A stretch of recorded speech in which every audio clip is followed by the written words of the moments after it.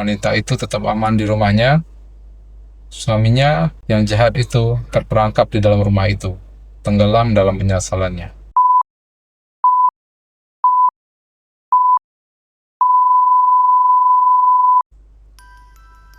Hai, jumpa lagi dengan Markudil. Hari ini kita akan ceritakan lagi sebuah cerita horor ya.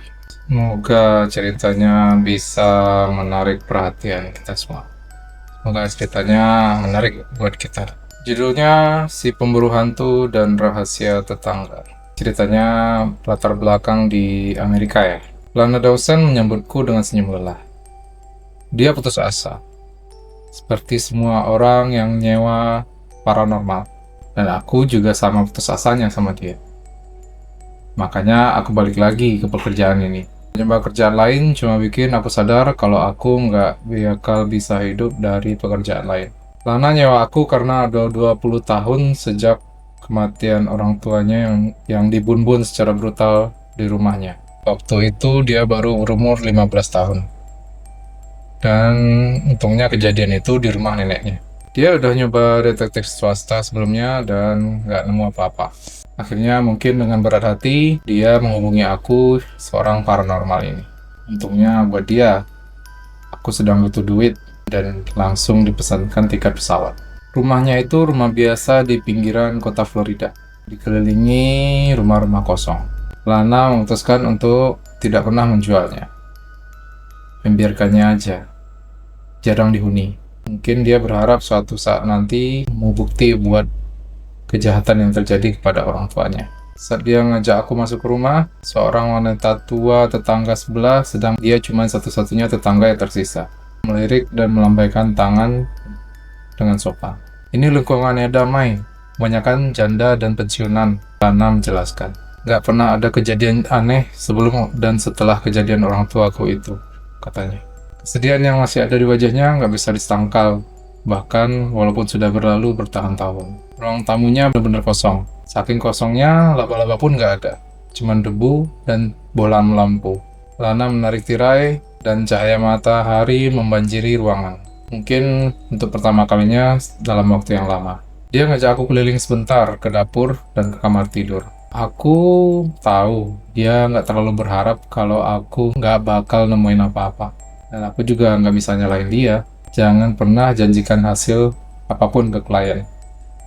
Itu peraturannya. Kebanyakan rumah berhantu yang aku kunjungi nggak ada apa-apanya. Entah yang meninggal, sudah pindah, atau mereka cuma nggak mau diganggu. Tetapi arwah cenderung tetap di tempat mereka meninggal.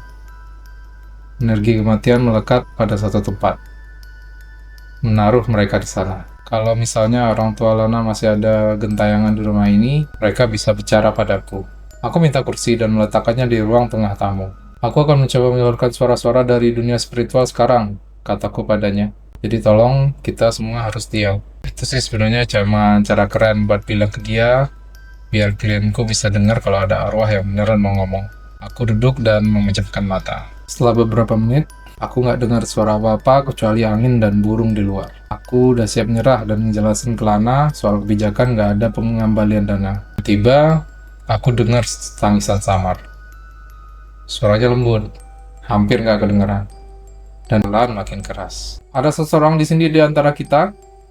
Aku bertanya dengan keras. Tangisan itu terhenti, dan suara gaib berkata, "Kamu bisa dengar aku?" "Ya, aku bisa," kataku. "Kamu siapa?" Nggak ada jawaban. Entitas itu melanjutkan tangisannya. Aku ngejelasin apa yang aku dengar ke Lana, yang sekarang sedikit lebih bersemangat dengan penemuan itu. Bisa jadi itu keluarganya. Tolong kasih tahu aku, kamu Tuan atau Nyonya Dawson? Aku mencoba bertanya. Tiba tangisan itu berhenti. Kamu tahu di mana Nyonya Dawson? Suara itu bertanya. Aku mau bilang minta maaf padanya. Maksudmu apa? Minta maaf untuk apa? Tanyaku. Lampu berkedip sebentar, dan aku melihat tirai bergeser sedikit sebelum jawaban datang. Untuk apa yang aku lakukan padanya? Suara itu mengaku. Nadanya dipenuhi kesedihan, karena membunuhnya dengan cara itu. Aku merasa jantungku berdebar kencang di dada dan menoleh ke Lana. Dan aku berkata, aku rasa ini bukan keluargamu. Nah, menurut pengalamanku, Arwah itu bisa menipu. Ini bukan pertama kalinya ada hantu sok pintar yang coba ngerjain aku. Jadi aku nggak langsung jelasin semua yang aku dengar ke Lana. Dia mungkin bakal panik juga, dan aku butuh dia tetap diam selama sisa sesi. Kamu siapa? Aku bertanya lagi, tapi nggak ada jawaban. Kamu tahu apa yang terjadi pada hari itu? Aku coba tanya lagi. Kali ini setelah jeda yang panjang, suara itu menjawab. Seharusnya nggak terjadi kayak gitu, umumnya. Dia seharusnya nggak perlu mati. Itu jawaban yang menarik. Gimana dengan Tuan Dawson? Tanyaku. Pria itu mendapatkan apa yang pantas dia dapatkan. Suara itu tiba-tiba makin dalam, mengambil nada yang hampir seperti setan. Bohlam lampu berkedip dengan keras. Reaksinya masuk akal berdasarkan apa yang aku baca tentang TKP. Tuan Dawson meninggal karena 15 tusukan. Kemungkinan besar di tempat tidurnya. Pembunuhnya mungkin didorong oleh emosi. Tapi, Nyonya Dawson menunjukkan tanda-tanda perlawanan. Satu-satunya luka fatalnya adalah sayatan di dalam lehernya.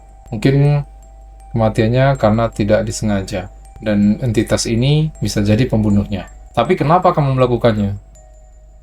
Aku memutuskan sudah waktunya untuk pertanyaan sulit. Aku cuma mau bantu kamu menemukan kedamaian. Itu satu-satunya cara kamu bisa meninggalkan rumah ini dan melihatnya lagi. Setelah itu hening. Lalu dia berbicara. Kata-katanya penuh emosi. Karena aku mencintainya lebih dari apapun. Aku biasa mengawasinya setiap hari. Naik mobilnya, mengajak anjing jalan-jalan, belanja. Dia melakukan semuanya dengan senyum yang sama. Ketika dia melambai padaku, aku merasakannya sampai ke hati. Itu nggak menjelaskan kenapa kamu membunuhnya, tanyaku mendesak. Pertanyaanku kemungkinan besar mengungkap sifat asli suara itu ke Lana, dan matanya membelalak kaget. Aku nggak mau, suara itu meraung. Bola meledak, bikin Lana kaget. Aku cuma mau nyingkirin dia biar kita bisa bersama. Tapi dia nggak mau terima. Dia nggak mau ikut aku. Tangisan kembali terdengar. Aku mendesak jawaban lebih lanjut, tapi nggak dapat apa-apa. Semua yang aku dengar berputar di pikiranku kayak angin puyuh.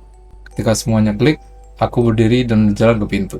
Lana sepecat salju, jelas terguncang oleh apa yang terjadi. Meskipun dia nggak dengar sepatah kata pun, energi di ruangan itu nggak bisa diabaikan. Dia bertanya kenapa aku pergi. Aku cuma haus, kataku santai. Nggak ada air di sini, jadi aku akan minta segelas ke wanita tua di sebelah. Aku akan kembali sebentar lagi, jawabku.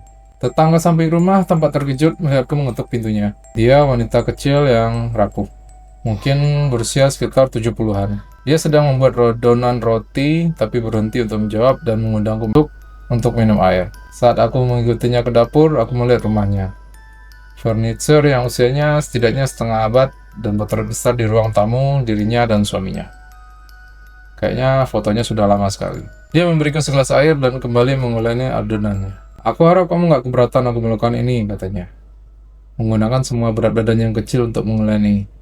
Aku suka kalau sudah siap untuk makan malam. Gak apa-apa kok, Bu. Aku berterima kasih padanya.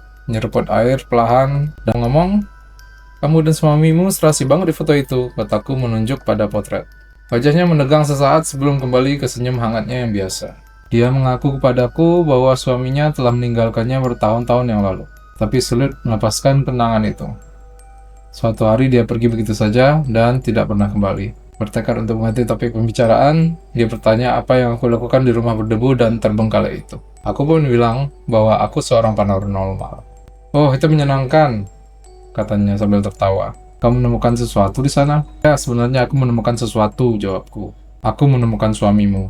Dia banyak bercerita tentangmu, tentang dia, dan tentang apa yang dia lakukan pada keluarga Dawson. Ibu itu membeku. Tangan masih terbenam di dalam adonan. Perlahan, dia berbalik, mengamati wajahku untuk melihat apakah aku bercanda. Apakah aku benar-benar tahu kebenaran tentang apa yang terjadi 20 tahun lalu. Aku sebenarnya tidak tahu. Itu cuma gertakan. Aku cuma pembunuh itu menjadi arwah yang terperangkap di rumah itu. Dia harus mati di dekat sana. Agar dia tahu detail pribadi kehidupannya Nyonya Dawson, dia harus menjadi seseorang yang tinggal di dekat sana. Seseorang yang bisa mengawasi setiap gerakannya, seperti tetangga. Dan tidak banyak dari mereka di sekitar sini. Aku nggak tahu kalau itu akan berhasil. Teoriku bisa saja salah. Tapi gertakan itu berhasil, karena wanita itu menangis terseduh-seduh. Bagi Lana, menemukan kebenaran adalah segalanya, dan aku memberikannya padanya. Keluarganya telah dihilangkan nyawanya oleh seorang tetangga yang terobsesi dengan ibunya. Dalam keputusasaan, dia memanfaatkan malam untuk masuk ke rumah dan menyatakan perasaannya tepat saat ibunya pergi ke dapur untuk mengambil segelas air. Ibunya menolaknya, lalu kemudian dia mencengkramnya dan menggorok lehernya dengan pisau ikan yang tajam. Kemudian dalam kemarahan, dia masuk ke kamar tidur tempat ayahnya tidur dan menusuknya sampai is dead. Butuh beberapa sesi lagi dengan si pembunuh untuk mendapatkan seluruh kebenaran. Wanita tua itu membenarkan dan mengakui kepada Lana bahwa dia sudah mencurigai suaminya selama ini. Dan ketika dia menghadapinya, suaminya melarikan diri. Tidak pernah ditemukan. Mungkin meninggoy di suatu tempat bertahun-tahun kemudian. Selesai. Atau setidaknya itu akhir yang aku ceritakan pada Lana. Aku tidak bisa bilang dia senang mendengarnya. Tapi setidaknya dia tahu sekarang.